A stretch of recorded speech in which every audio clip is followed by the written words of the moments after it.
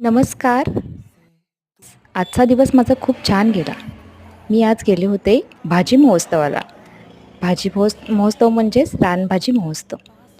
तर आज मला खरंच इतका आनंद झाला ते पाहून, की आपल्या निसर्गामध्ये इतक्या आणि अशा विविध अशा भाज्या आपल्याला पाहायला मिळतात, रानभाज्या.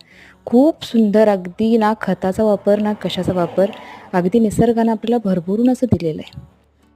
खरंच खूप छान वाटला आजचा दिवस. त्यातलीच एक भाजी मी आज बनवणार आहे, तर ती म्हणजे आपला वरणा. वरणा माहीत आहे सगळ्यांना. तर हा वरणा आणि वांगं ह्याची मिक्स भाजी बनवणार आहे मी.